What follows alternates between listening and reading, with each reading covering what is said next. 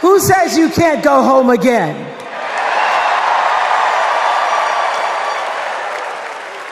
After watching the Obamas last night, that was some epic fire, wasn't it? Some epic fire. We're now so fired up, we can't wait to leave here and do something.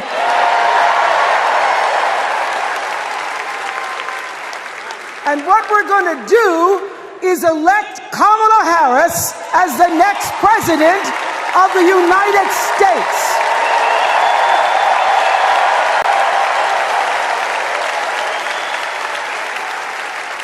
I am so honored to have been asked to speak on tonight's theme about what matters most to me, to you, and all of us Americans: freedom. There are people who want you to see our country as a nation of us against them, people who want to scare you, who want to rule you, people who'd have you believe that books are dangerous and assault rifles are safe, that there's a right way to worship and a wrong way to love, people who seek first to divide and then to conquer. But here's the thing. When we stand together, it is impossible to conquer us.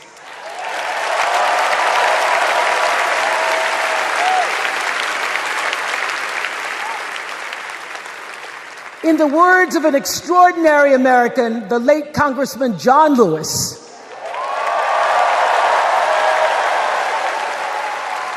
he said, no matter what ship our ancestors arrived on, we are all in the same boat now. Congressman Lewis knew very well how far this country has come because he was one of the brilliant Americans who helped to get us where we are. But he also knew that the work is not done. The work will never be done because freedom isn't free. America is an ongoing project. It requires commitment. It requires being open to the hard work and the heart work of democracy. And every now and then, it requires standing up to life's bullies.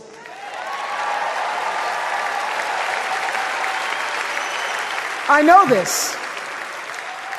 I've lived in Mississippi, in Tennessee, in Wisconsin, Maryland, Indiana, Florida, Hawaii, Colorado, California, and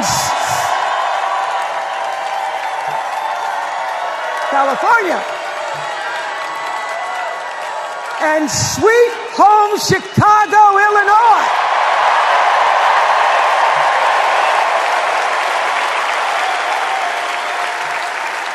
I have actually traveled this country from the redwood forest, love those redwoods, to the Gulf Stream waters.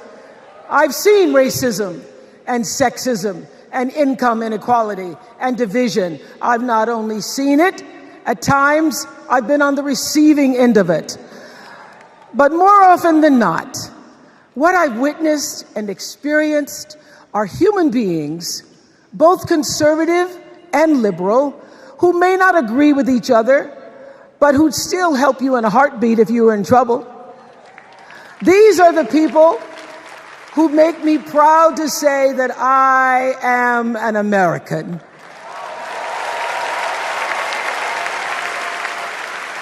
They are the best of America. And despite what some would have you think,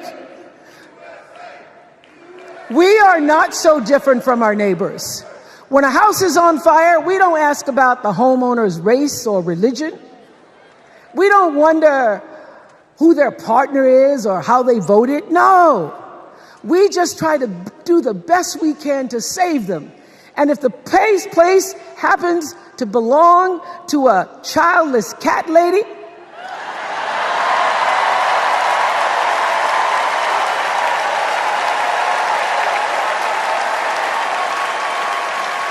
well, we try to get that cat out too.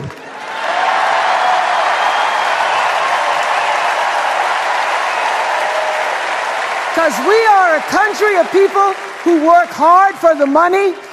We wish our brothers and sisters well, and we pray for peace. We know all the old tricks and tropes that are designed to distract us from what actually matters, but we are beyond ridiculous tweets and lies and foolery. These are complicated times, people, and they require adult conversation.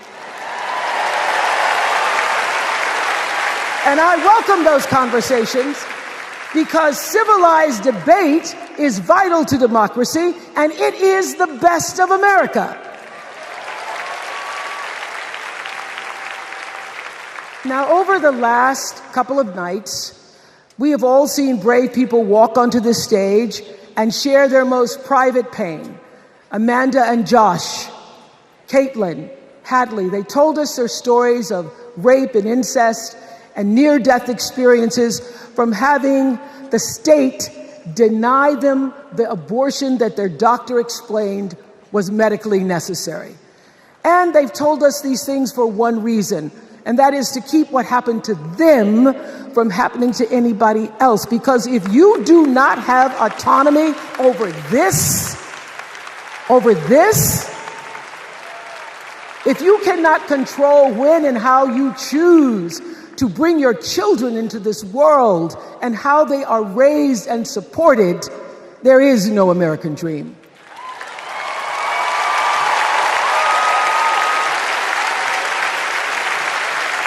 The women and men who are battling to keep us from going back to a time of desperation and shame and stone cold fear, they are the new freedom fighters. And make no mistake, they are the best of America.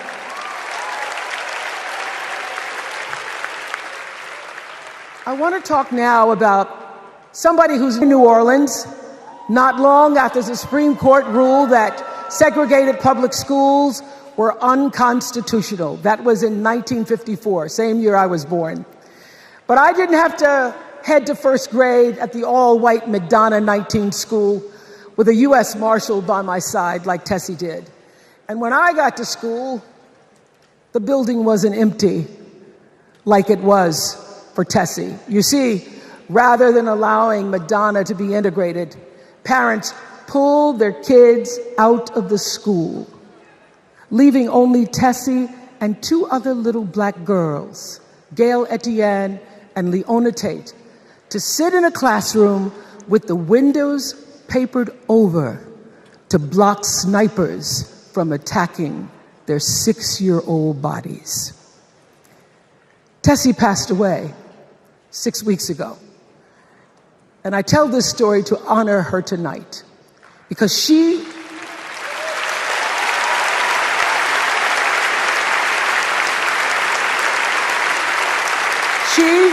like Ruby Bridges and her friends, Leona and Gail, the New Orleans Four, they were called. They broke barriers, and they paid dearly for it. But it was the grace and guts and courage of women like Tessie Prevost Williams that paved the way for another young girl who 9 years later became part of the second class to integrate the public schools in Berkeley, California. And it seems to me that at school and at home, somebody did a beautiful job of showing this young girl how to challenge the people at the top and empower the people at the bottom. They showed her how to look at the world and see not just what is, but what can be. They instilled in her a passion for justice and freedom and the glorious fighting spirit necessary to pursue that passion. And soon and very soon,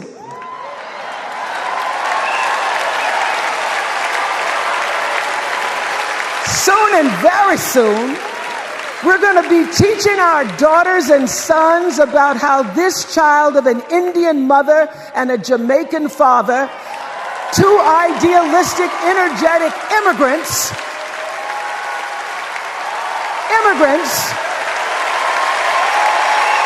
how this child grew up to become the 47th President of the United States. That is the best of America.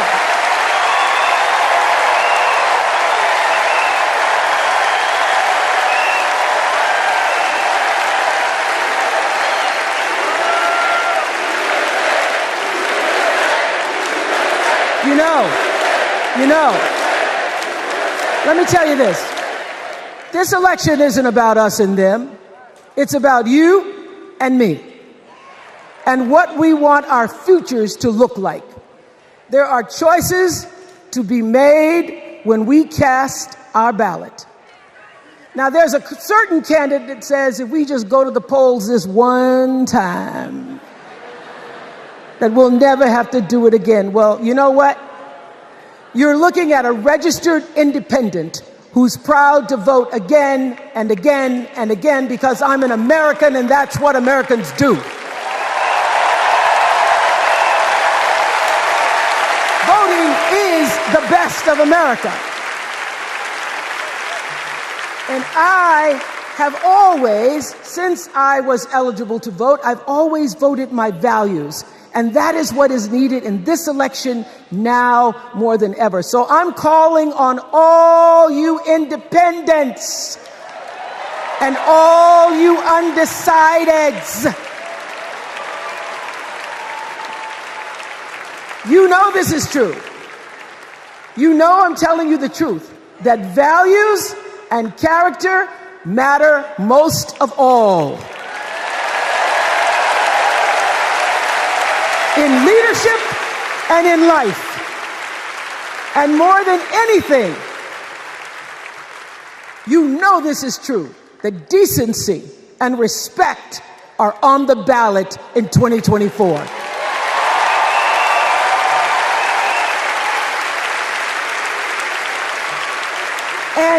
And just plain common sense. Common sense tells you that Kamala Harris and Tim Walz can give us decency and respect. They're the ones that give it to us. So, we are Americans. We are Americans. Let us choose loyalty to the Constitution over loyalty to any individual. Because that's the best of America. And let us choose optimism over cynicism, because that's the best of America. And let us choose inclusion over retribution. Let us choose common sense over nonsense.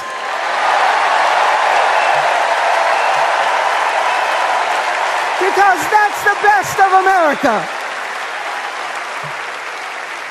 And let us choose the sweet promise of tomorrow over the bitter return to yesterday. We won't go back. We won't be set back, pushed back, bullied back, kicked back. We're not going back.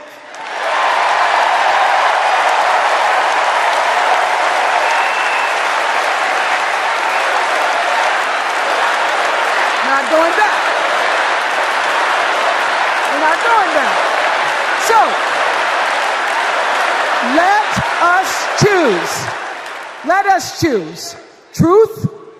Let us choose honor. And let us choose joy.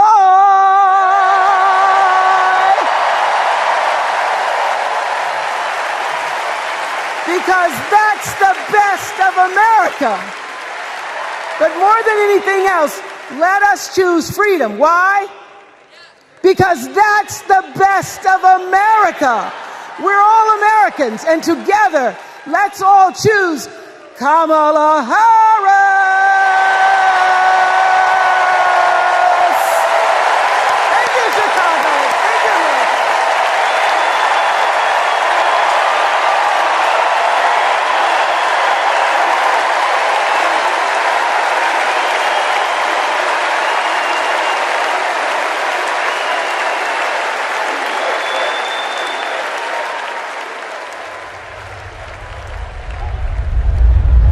Here's what I want people to know about Tim Walz. Well, everybody at Mankato West High School loved Tim Walz. Yeah, I mean, Tim was jovial. When he would start teaching, it was like full contact teaching. You could not help but be interested in what he was talking about. He seemed to care about everybody in his class. He knew everyone's name. He wanted to know what interested you, how to engage you, what you were excited about, what you're feeling bad about. Mr. Walz was my geography and social studies teacher. Mr. Walz was my football coach. My middle school basketball coach. When we were doing the high school play The Nerd, he was the person building the sets. I don't think that there has ever been a moment where I've seen Tim exhausted from giving or engaging. He always seems like that person that's got the never-ending gas tank who can keep going. When I decided to come out as gay, we started the Gay Straight Alliance. Tim Walz was the faculty advisor. We saw him not only as a teacher, but a mentor and a leader. Mr. Walz was a really big part in helping build this community, and he's a big reason why I became a teacher myself. It was inspiring being in his classroom.